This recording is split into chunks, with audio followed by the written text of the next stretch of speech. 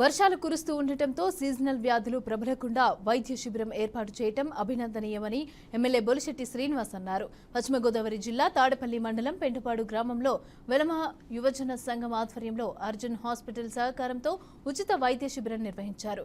రోగులను పరీక్షించి వైద్యం అందించడంతో పాటుగా ఉచితంగా మందులు పంపిణీ చేయడం విశేషమని ఎమ్మెల్యే అభినందించారు.